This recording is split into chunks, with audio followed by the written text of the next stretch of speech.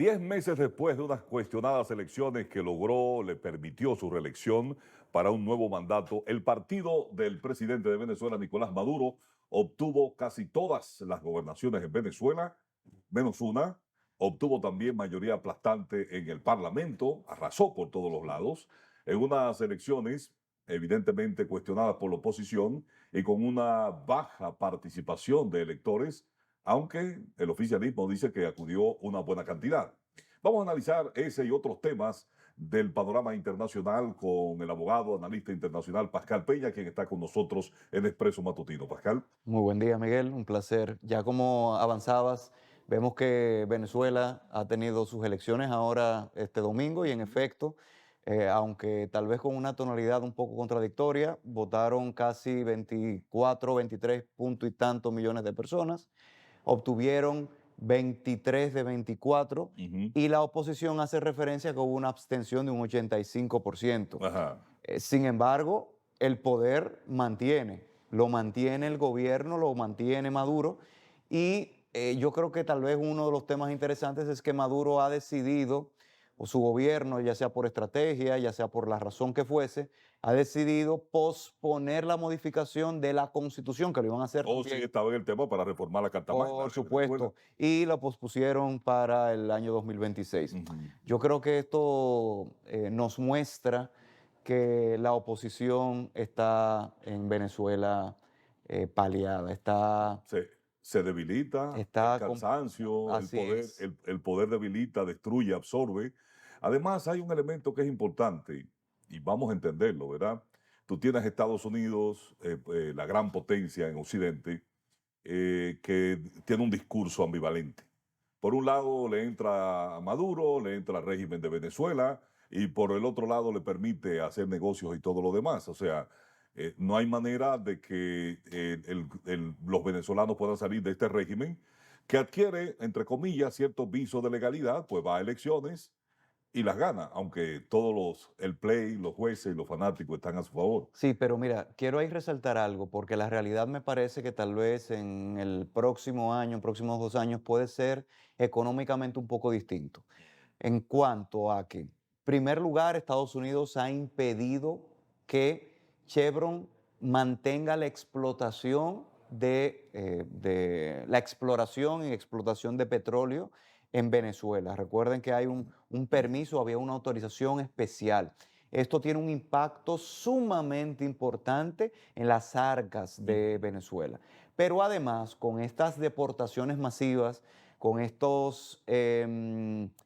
suspensión de permisos de venezolanos, específicamente que estaban dentro de un programa especial, puede tener, por temas también de remesas, etcétera, puede tener un alto impacto en la economía y recrudecerse la crisis económica, recrudecerse la realidad de los venezolanos. Esto puede hacer que yo no quiero decir que las cosas cambien en los próximos meses, sin embargo, la crisis puede airar,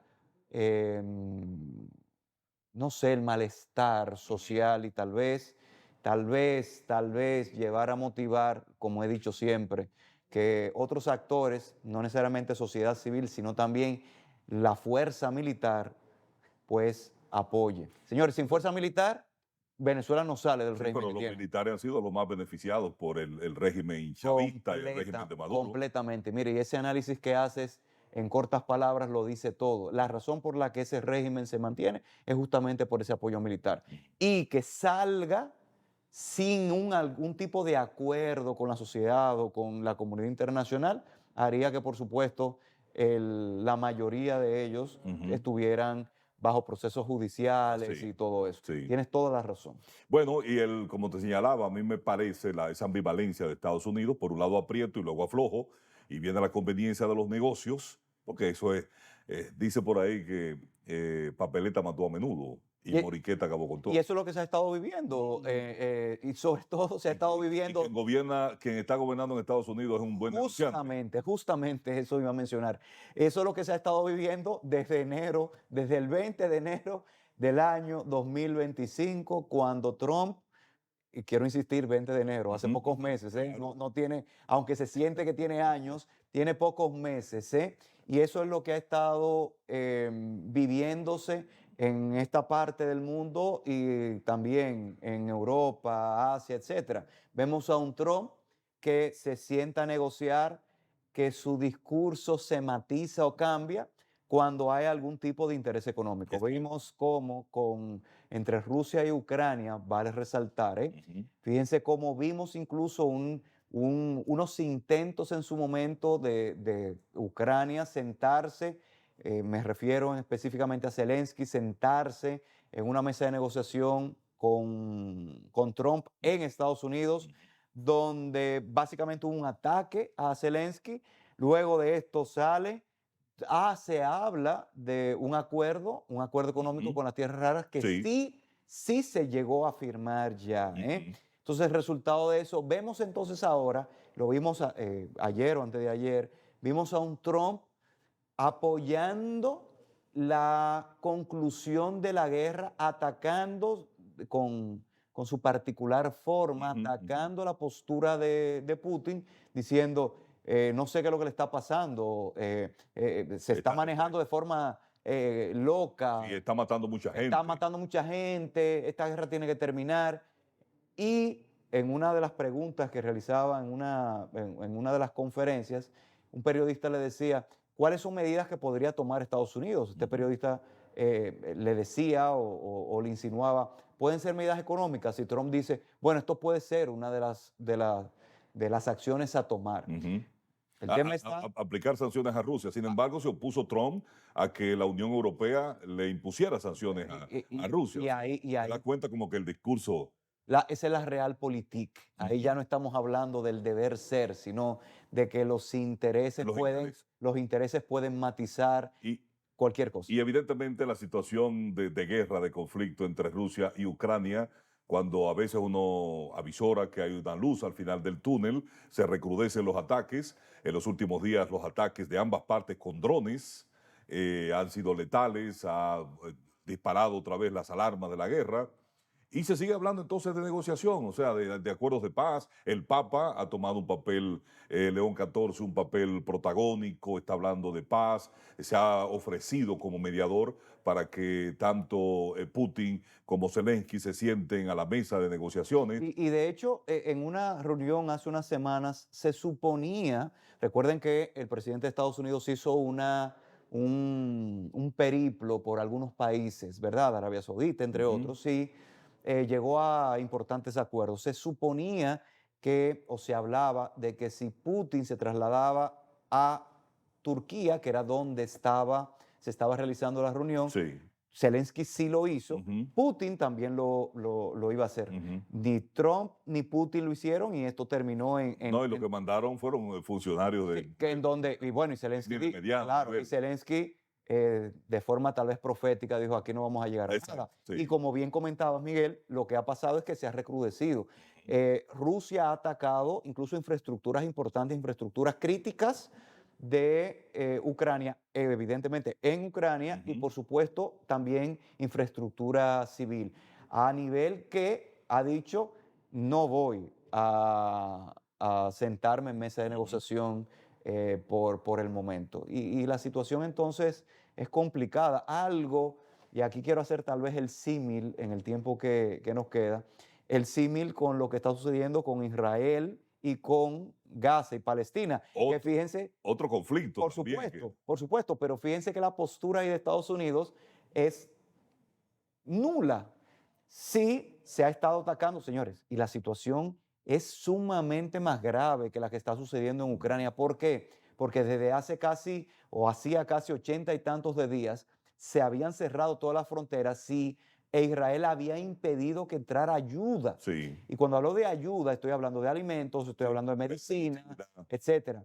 Entonces, en estos días ha estado incluso atacando, señores, el único hospital que quedaba todavía con una infraestructura viable fue atacado y fue atacado basado en qué? Supuestamente en que había bajo el terreno Sí, túneles túneles para la operación de los de de Hamas y la de gente de Hamas. terroristas. Sí. Pero las personas no tienen alimentos. El lado más cruel, ya anunciaba la ONU, ¿verdad? Y el gobierno israelí que se había permitido la entrada desde el viernes pasado de más de 400 convoy, camiones Pero muy con limitado. alimentos. Claro, apenas habían ingresado 100 y pico, pero Sí, decían para los 2 puntos y pico de millones de gente que hay allí, pues eso no da para nada. Entonces, lo que nosotros vemos a lo lejos, ¿verdad? Y cercano por el análisis, es cómo sufre el pueblo llano por un conflicto que a veces uno dice, ¿a dónde nos llevaría la sin razón? ¿Hasta dónde está Hamás dispuesto a que se siga sacrificando, maltratando a la población infantil, mujeres y niños en medio del conflicto? Porque es lo que hace Hamás y utiliza esto claro. evidentemente como propaganda, como bandera contra Israel. E Israel ha tomado la determinación, después del ataque del octubre pasado, aquel negro, aquel 7 de octubre, de no detenerse hasta que elimine Hamás, sin importar el costo que esto tenga para el lado palestino, la población civil sobre todo, y para la gran pérdida de soldados que han caído en esta batalla contra Sí, Hamás. pero tú acabas de decir, me parece lo más importante, sin importar el costo que tenga. Desde Naciones Unidas, creada en 1945 con la Carta, desde 1949 con los convenios de Ginebra que regula el derecho en la guerra y el derecho a la guerra, hay límites claros. Se crean organizaciones internacionales justamente para evitar que estos conflictos históricos que se habían dado se repitieran. Nosotros estamos viendo que el control de algunos países y los aliados de estos países, Israel no está en el Consejo de Seguridad de Naciones Unidas, pero sí lo está Estados Unidos. Ujú. Y es el E brazo, Irán. por Por ejemplo, supuesto. por el lado contrario, bueno, está Irán y está Rusia y Es China. exactamente. Entonces, estos aliados son los que controlan las organizaciones internacionales, lo que hablábamos, esta realpolitik, la Ujú, realidad de los ujú. intereses. Entonces, no está permitido actuar, atacar sin ningún tipo de control. Como bien dices, niños, personas, mujeres, incluso civiles, hombres civiles que ya no son parte de los conflictos.